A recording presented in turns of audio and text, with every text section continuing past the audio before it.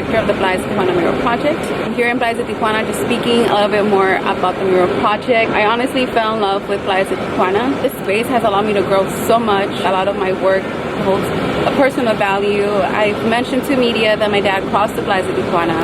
In 2016, it was my first time coming to Playas and as an adult, and I was able to see this border in a whole different lens. I grew up, crossing the border back and forth, and I never had really the opportunity to come and explore this side of Tijuana, which is Playas de Tijuana. And when I got here, I was just mesmerized by all the artwork and I just wanted to understand why. And I think that inquiry has really allowed me to start a conversation, and I am very thankful to have this space and this platform to continue sharing a little bit more about what I'm doing and what this project will eventually end up, contributing, not just, at the community level and, creating consciousness, but also in the political. So for me, that's also really important, and it's a reason why I continue coming back to Playas, because for me, this is the source of inspiration, and I've honestly become so accustomed and so, this is one of the spaces for me that allows me to be me, validates my pursuit to continue working with deportees, specifically childhood arrivals, and for me that's just key. And I think I'll probably sound super repetitive in this video, but my dad is a childhood arrival, so for me that holds a true sense of why I'm here working on this project as well.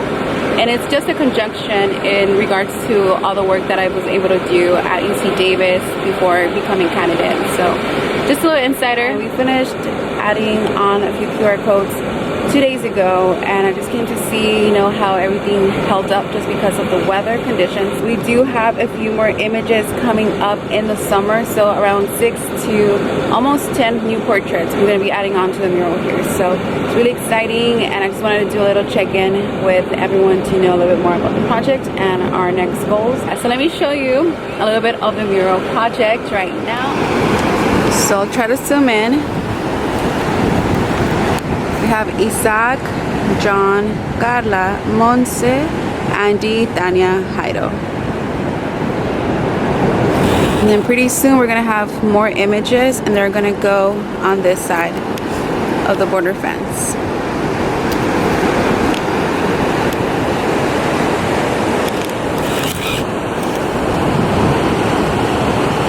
And this is Playas currently right now, so let me show you a little bit of how everything looks. The tides are actually pretty low today, which is great, and I wished it would have been like this when we were working, but instead we got super wet, which was also super fun and exciting, but it kind of makes it a bit more complicated to work, just because officials here could actually ask you to leave the area. So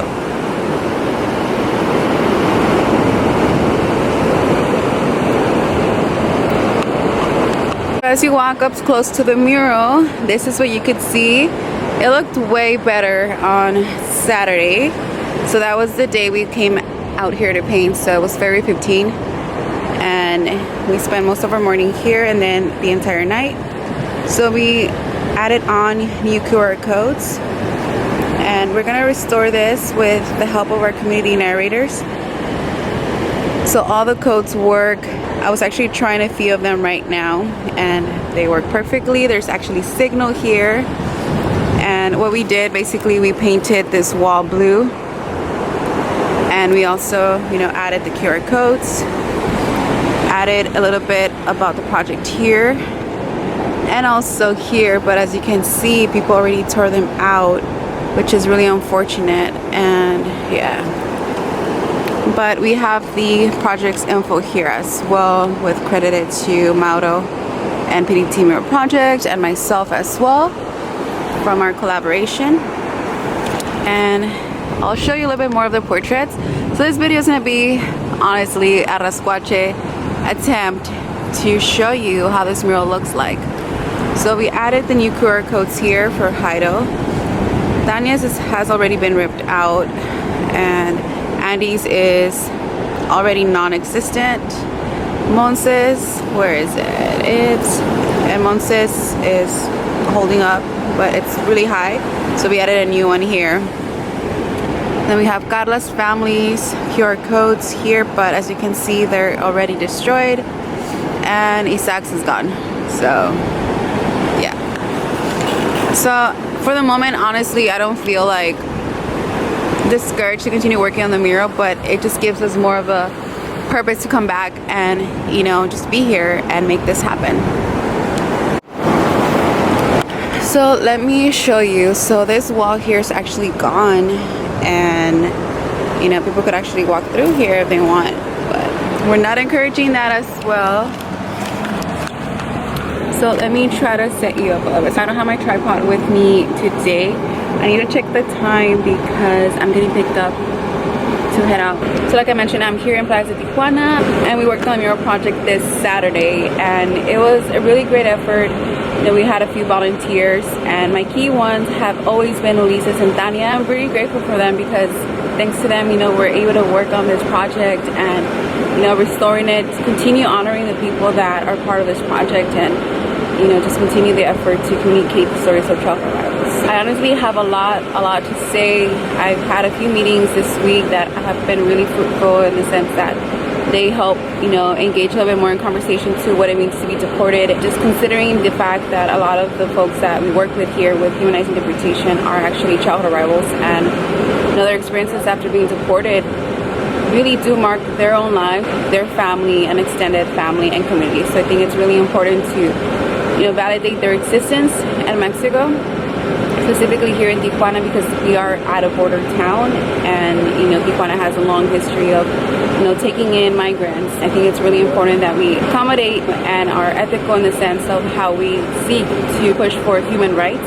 Just to do a little reflection for, you know, this weekend, came down here because it was my birthday. Really wanted to do something that means a lot to me, and you know, just wanted to stay focused on what's really important at this point of my life, and being able to do this type of work in collaboration with the community narrators here in Tijuana. You know, we have this sense of trust with each other, and I think that really helps us work well with each other, which for me it's really important because this is a project that I really care about deeply. You know, this is my way of creating consciousness, and if we want to call it activism, let's call it activism. So for me it's just that, you know, it's, I want to communicate and honor the story of my dad, who came here at a younger age.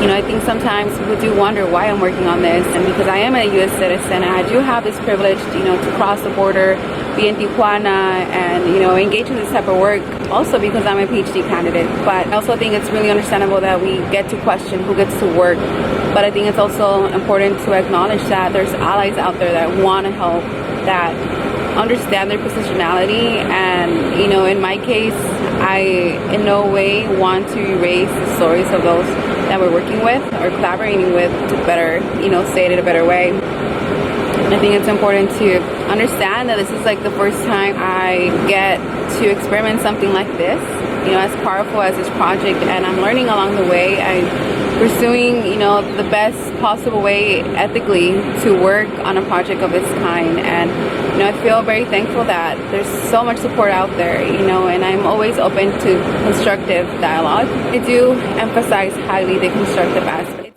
It's really important that you should never let anyone take away your inspiration and your willingness to do something to add on to this conversation instead of taking away and trying to silence others. For me as a scholar, I will eventually create, you know, a manuscript or, you know, a guide of how to work on something like this. And I think with my fellowship this summer, I'll be able to engage with something on this kind. So I'm super excited for that. I am thankful for UC Davis, you know, the Mellon Public Scholars, Imagining America, you know, Stephanie, my advisor, you know, for always believing in me. And for me, it's really valuable and important to, you know, just continue working on this project. I come with really good intentions, and I think that, you know, it's all a learning process, but I'm very conscious of my positionality. So I think that's also another key point that I wanted to raise.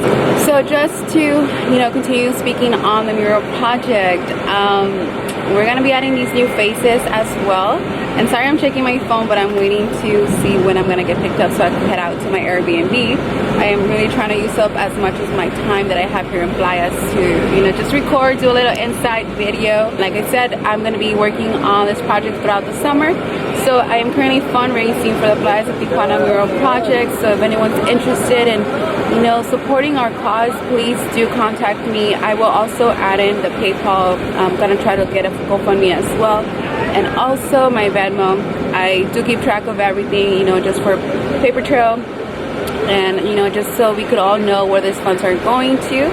And, you know, I'll definitely do a sit-down video to speak more about how I made this project happen, because I have had a lot of people, you know, contact me because they want to do something similar, or, you know, do something with that same intention, you know, to incorporate the community narrators to help paint their portraits. So I think that's really beautiful. So I think if I could just make a video myself speaking upon it, then why not? You know, because I think knowledge is such a beautiful thing and we should always share it.